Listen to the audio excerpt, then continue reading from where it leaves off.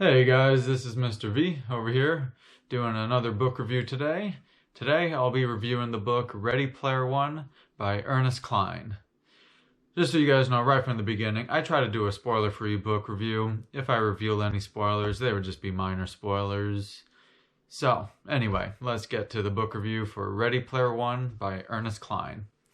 So, the basic premise to Ready Player One is the year is 2044. And basically the whole world has gone downhill. People aren't living that well, and it's just not a good place at that point.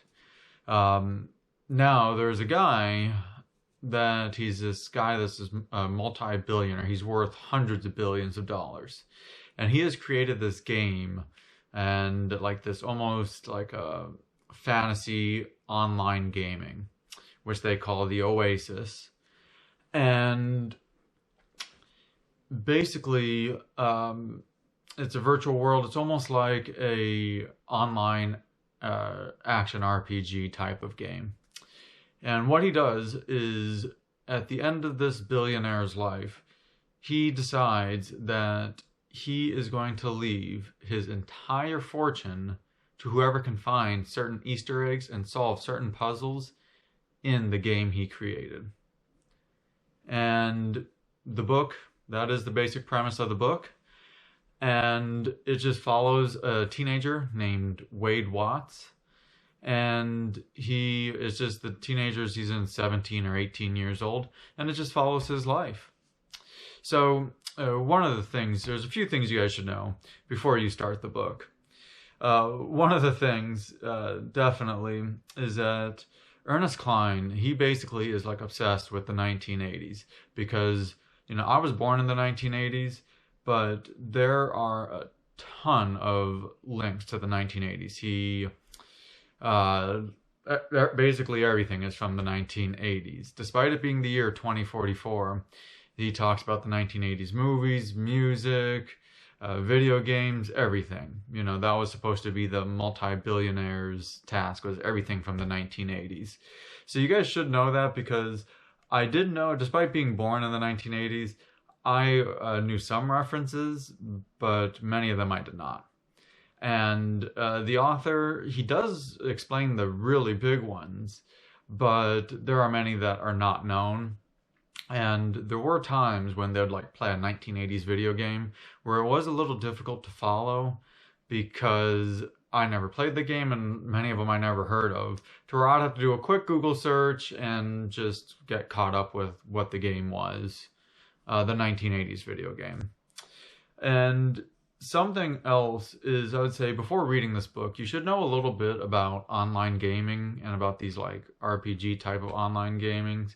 Because I don't play many of those, but I still know the concept of them. And you want to know how it works. Like, you want to know things like experience points, levels, what PvP means, things like that. So that's why, for the most part, I mean, anyone can read this book, but I recommend it for people under 40 as they will probably grasp it the most. So that's just some of my recommendations before I get into the book review. So anyway, let's get into the official book review for Ready Player One. So I actually enjoyed the book a lot. The thing is like, I actually thought it had a very nice start when they talk about this game and this multi-billionaire and all those things, that he leaves everything to whoever can solve these puzzles that he has set in his own game, this own online game. And, you know, I thought it was pretty cool because, you know, it felt, I know it's a fictional book, but it felt somewhat real about like, what if a billionaire really did that in today's standards? About how in the book, like, everything was analyzed. Everything from that guy's life was analyzed. Everything from the 1980s, everything was just analyzed because everybody wants to get those hundreds of billions of dollars. So, you know, I thought that was really cool. And like, they showed, like, he talked about the excitement people felt when they thought they found something, some kind of clue, things like that. And the other thing was, like how there were people who would team up and be like, all right, let's work on this together, and others were like, no, I want the whole wealth for myself. And then there were also things like the people who would threaten you if you found a clue, or they would threaten your life, things like that, that if you were progressing and it seemed like you had clues. And I felt that, again, while this is fictional, that would probably be how it plays out. Like how people would threaten you with death if you got clues, because everyone, I forget the amount of money, but I think it was like 400 billion. So it's like everyone would do that. So, I thought that was a lot of fun. And I thought that the author, he described the settings very well, because he's having to describe the real world settings and then the virtual world settings. And the real world ones, I felt he described well, about how it was in 2044, about how it wasn't going so well and things like that. And he explains all that. But then he also describes the virtual world very well, about, and he does it at a great pace, because the virtual world is very complex, and it's a made up virtual world, but it's like he doesn't just throw everything at you at once. He will like talk about some of the aspects of the virtual world, and then they'll talk about playing a bit more, and then he'll throw another few aspects about the virtual world. So throughout the book, he slowly builds up, and so you slowly understand the virtual world. And, I thought that he did that at a great pace, because you don't want to just throw everything at once. And some of the other things, I felt that he kept the story moving pretty well. That there was a lot of just continual excitement when I was reading the book about what's going to happen next. Not only for the who can win and all that, but it was like he just kept the excitement going. And while there were some parts that dragged, because there definitely were some small areas where it dragged, he would just pick it right back up with some kind of big excitement thing. I can't go into it without giving any spoilers, but something big would happen when it seemed like it was dragging a bit. So I thought that Ernest Cline, that he did that very well, and that as I just said, it was like it felt pretty real. And again, I know it's a fictional book, but it felt pretty real, like how things would really play out. I mean, to an extent. So I thought that was really good. And it also, it was really cool that he had some surprises thrown in there. It wasn't just so cookie cutter and so obvious. He did have some surprises thrown in there. So, that was also a lot of fun. So, I just thought he progressed very well. But I should say this now, some of the negatives about the book. One big thing I didn't like about the book was, I mean, even though I've played some of these games, and I know about the avatars and all that, he didn't really explain. He didn't go in depth about explaining like avatar death or death in that virtual world until almost the end of the book.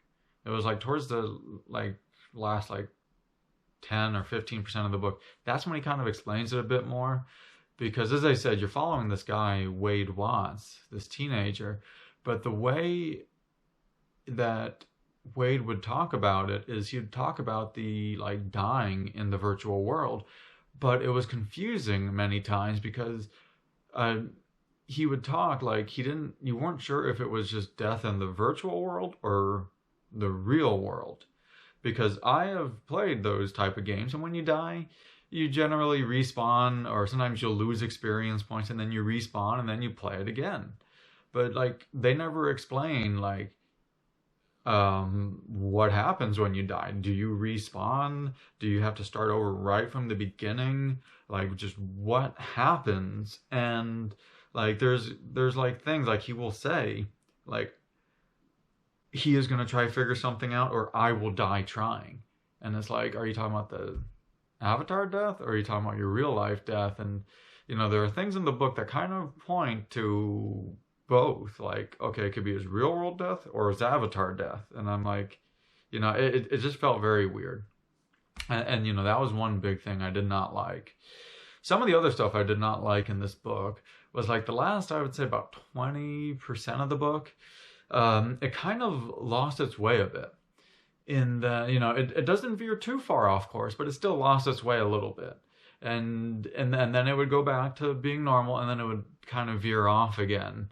And then it would go back, it wasn't horrible, but that was just one thing, considering he kept it so consistent throughout like the first 80% of the book, and then it would like veer pretty far off at times and then come back. But that's just a personal thing.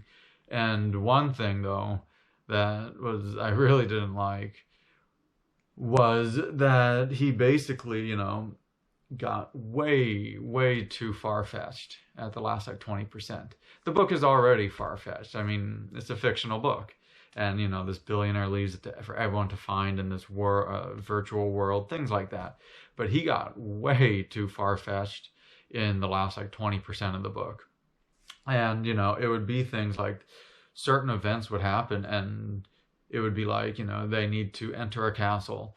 And then all of a sudden he would run into somebody, like they would think for like a chapter, how do they enter the chapter or how do they enter the castle? Then all of a sudden he'd somehow run into a random person, and within one page he'd have something that can enter the castle. Or it would be like,